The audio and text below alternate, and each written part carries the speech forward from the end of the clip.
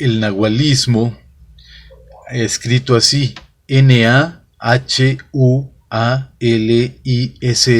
nahualismo, o también nahualismo, o sea, con G, quitando esa H y poniendo una G, nahualismo, así se ha escrito, e incluso hay quienes en lugar de decir nahualismo o nahualismo dicen nahualería o nahualería. Desde luego no podemos decir que esto sea incorrecto o correcto porque no estamos hablando de palabras españolas, palabras europeas, sino de palabras y conceptos mexicanos, mexicas, aztecas y indígenas en general, no precisamente ni únicamente mexicanas o mexicas, aztecas. Pero bueno, el nahualismo, ¿qué cosa es el nahualismo? Es algo muy interesante, muy común, muy popular, pero a la vez muy desconocido, porque si dijéramos qué cosa es el nahualismo, a algunas personas les parecería que sería tan sencillo como creer que nos estamos refiriendo a brujos, a hechiceros que se convierten en animales.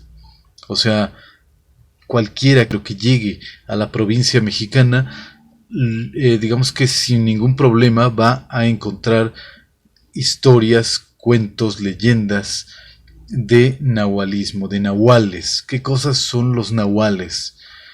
Sí, desde luego, se supone que son brujos, son hechiceros que toman la forma de animales. Pero la cosa no es así nada más, no es tan sencilla ni tan simple. En la literatura antigua, y bueno, digo antigua de los años posteriores a la conquista, que llegaron los curas, los frailes, y quisieron desarraigar todo rastro de religión indígena y sustituirla por el cristianismo, por el catolicismo. Entre las cosas que más les interesaban quitar, arrancar completamente de la mente de la gente, pues era esto, el nahualismo, porque si bien cualquier manifestación de religión indígena era mal visto, con más razón algo como esto, como el nahualismo, que se supone ser incluso diabólico. Ya ves que para los europeos pues todo era diabólico, todo lo que no fuera igual a lo que ellos pensaban era diabólico, y hay cosas que francamente podrían pasar por tales, aunque no se conociera el concepto diablo o demonio aquí en América ni aquí en México. Y sí son estos autores los que nos dejan información y nos dejan testimonios de el nahualismo, a pesar de que en algún momento no fuese esa su intención. Cuando tomaban cualquier tema de la civilización de los antiguos mexicanos, implícitamente a veces venía esa información que ahora poseemos para ir armando el rompecabezas. Y eso de armar el rompecabezas es pretencioso, es mucho que decir, porque en realidad es difícil. El nahualismo no es un tema así tan fácil de comprender, y de hecho pues no se pretende que se pueda entender por muchas razones. Una de ellas es el hecho de que para poder entenderlo más o menos tendría uno que estar involucrado en ello de manera activa, y eso en la mayoría de los casos no creo que fuera muy grato. O sea, una cosa es decirlo, verlo por fuera, estudiarlo, y otra cosa es estar involucrado en esas cosas. Hernando Ruiz de Alarcón escribió acerca de este tema de manera muy especial y menciona, entre otras cosas, por ejemplo, que una persona podía simplemente estar haciendo cualquier cosa de su vida cotidiana y caer muerta. Dice, ¿y por qué caía muerto? Pues porque alguien había matado a su contraparte animal, o sea, a su gemelo animal, su nahual. Es que esa es una de las partes más conocidas del nahualismo, el hecho de que se supone que hay por ahí un alter ego, un gemelo animal que si es dañado por allá, por donde ande, y pues no sé, tal vez es muerto en ese momento, en ese daño que sufre, llega a morir, pues también la persona a quien corresponde también pasaría a perder la vida.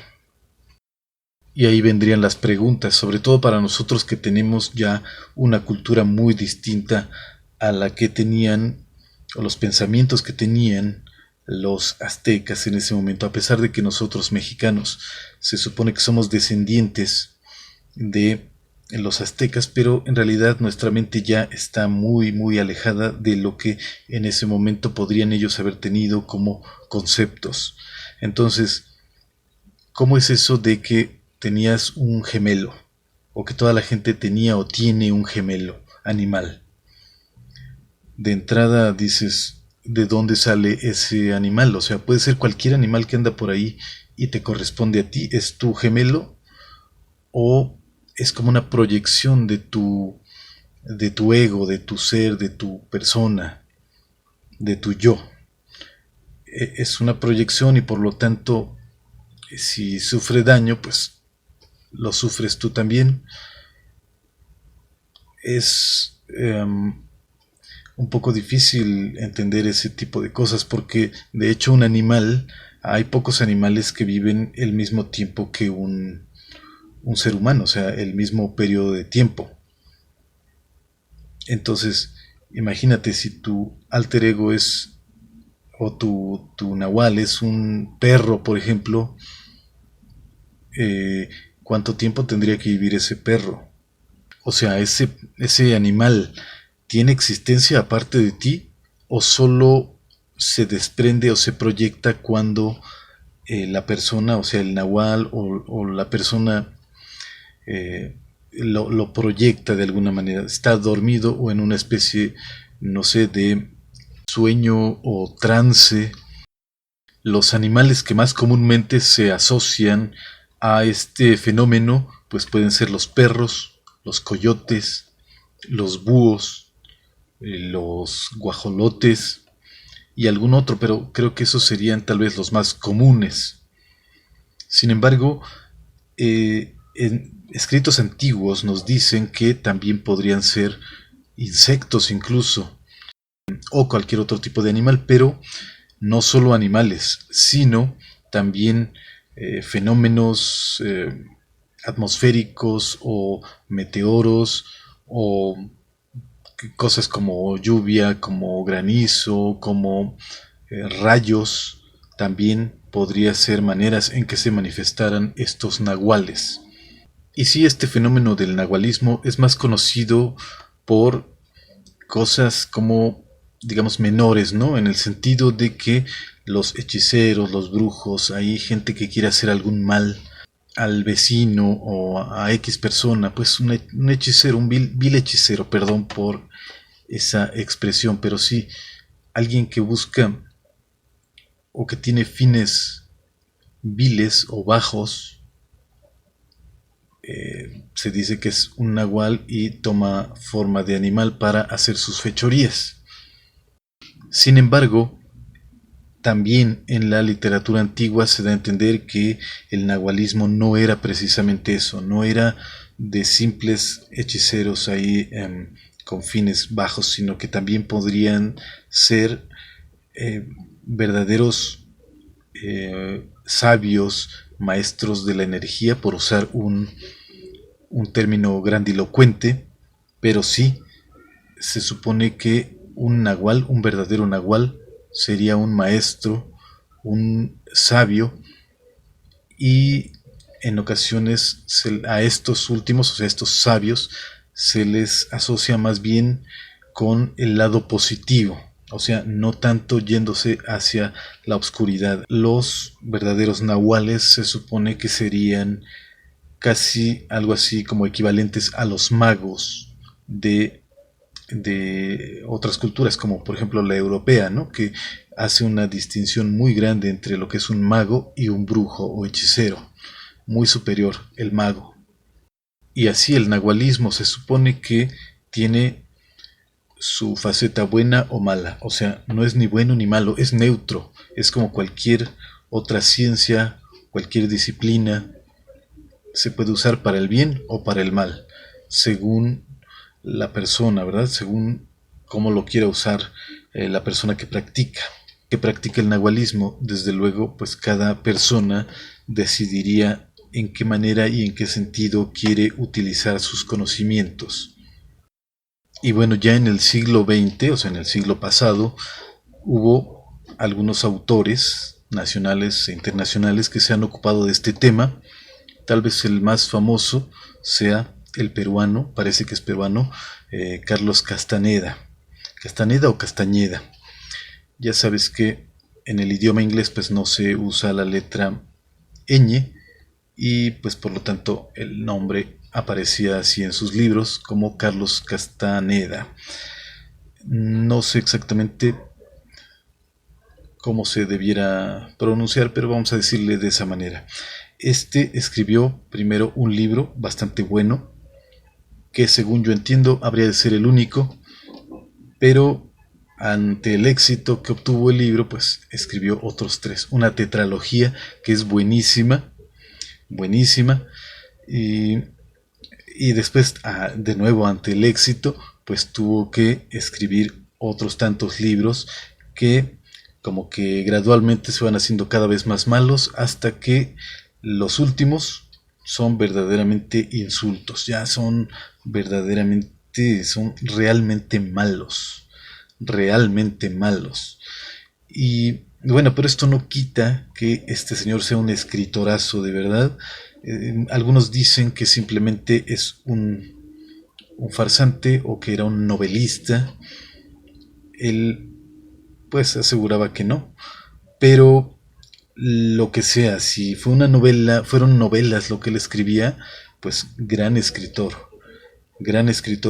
Pero la verdad es que cualquiera que esté metido en la literatura de la arqueología o de lo que son los antiguos mexicas, aztecas y otras tribus que habitaron el México antiguo, sabe que algo hay de cierto, algo hubo, algo pasó ahí con este señor Carlos Castaneda, algo hay de cierto, no todo es falso. Pero digo, no podemos basarnos para tratar este tema en los escritos de este señor, pero no se puede dejar de mencionar porque sus libros importantes, bastante, digamos que hasta inspiradores para otros escritores que también después de ese éxito que tuvo este señor, pues de pronto han salido disque sucesores o también personajes que pretenden ser de otros grupos de nahuales, otros, hay una palabrita que ellos usan para decir que son algo así como líneas sucesorias de este aprendizaje, de este conocimiento. Entonces, yo realmente no lo creo mucho, no creo mucho en estos escritores, pero sí sé que este señor Carlos Castaneda seguramente sí tuvo algo que ver con el nahualismo real. ¿Qué tanto él le metió de ficción? Eso es lo que no sabemos. Y qué tanto él arruinó ya al final, porque es lo que hizo con sus libros, al final arruinó lo primero que hizo. ¿Cuánto lo hizo a propósito? Si leemos sus libros, nos daremos cuenta de que puede ser a propósito el echar a perder lo que había construido antes.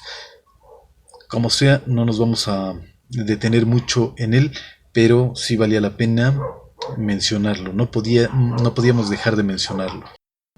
Muy relacionado esto con todo ese asunto de la psicodelia, el LSD, el peyote, los ácidos, las drogas, los hippies, todo este asunto estaba un poquito relacionado y por eso generó mucho interés. Incluso también hubo ciertos personajes también como María Sabina, como, bueno, que no necesariamente se les dijera nahuales, ¿verdad? Pero, o tal vez sí, pero el asunto es que estaban relacionados, se tocaban ciertas cosas, ciertos temas, y era como una época en que todo esto era digamos que era como un terreno muy fértil para todo ese tipo de ideas.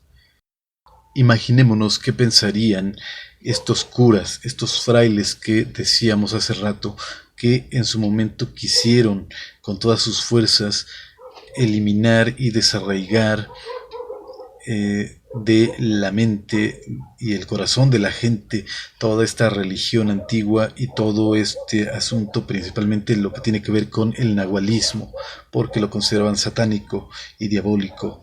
Entonces, ¿qué pensarían al saber que hasta nuestros días, hoy 2020, año 2020, sigue en cualquier parte de México, a donde vayamos, no importa si es el sur, el norte, el centro, donde sea, hay historias de nahuales, hay gente de la que se sospecha que puede ser nahuales o nahuales, y todo esto es un fenómeno que parece ser que no le importó a estas personas que practicaban el nahualismo, no les importó ni les afectó todo ese, todo ese cambio que hubo en tiempos de la conquista, toda esa revolución cultural, esa revolución religiosa, cambios de ideas, de conceptos y hasta de raza, no cambió, no detuvo el nahualismo y hasta nuestros días sigue y parece ser que va a seguir, va a continuar. Si eso es bueno, es malo, depende de cada quien cómo lo quiera ver, pero ¿qué pensarían? ¿Qué pensarían estos señores, tanto los conquistadores como los religiosos? Bueno, que también eran conquistadores, desde luego. Si hubieran llegado los chinos, o si hubieran llegado los holandeses, o si hubieran llegado quien sea, llegaron los españoles, pero no importa quién hubiera llegado a invadir México, no invadir, ¿verdad? Creo que no fue una invasión, después lo platicamos, pero eh, cualquiera que hubiese sido la civilización o el grupo humano que hubiese llegado en ese momento, el nahualismo no dependía de nada y se amoldó, digamos que se vistió de las nuevas ideas y de las nuevas tendencias y no le importó, no sufrió para sobrevivir, simplemente fue algo que en automático el nahualismo se adaptó a la nueva realidad, a las nuevas disposiciones y continúa siendo una realidad, continúa existiendo y basta con que le busquemos un poquito, con que preguntemos en cualquier reunión. Sacamos el tema y salen 20 o 50 historias de nahualismo. La palabra nahualismo puede estar relacionada con el número 4, que en náhuatl se dice nahue, nahualismo, y podría pues tener el significado de perfección, o sea, cuatro lados, o sea, se supone ser una figura perfecta, algo perfecto, y podría eso tener algo que ver con el nahualismo. Algunos personajes del México antiguo, y estamos hablando por ejemplo de los tlatoanis, de los emperadores aztecas, probablemente hayan sido o hayan pretendido ser nahuales o tener al menos algunos conocimientos de estas prácticas. Desde luego que es muy poco lo que nosotros podemos saber ya sobre lo que manejan realmente estas personas, los practicantes, y solo lo saben ellos porque son como hermandades, están organizados algo así como en hermandades, o al menos eso se supone o se cree, y pues obviamente para acceder a eso tendrías tú que involucrarte de manera activa, así que yo personalmente no te lo recomiendo, no recomiendo, hay gente que es muy curiosa, pero yo realmente no diría que está hecho ese tipo de cosas para cualquiera. Entonces está bien tratar el tema, hablar de él, pero de una manera superficial como lo estamos haciendo, que a final de cuentas es lo que nos toca. Yo soy Artemio Guevara y te saludo desde Ciudad de México.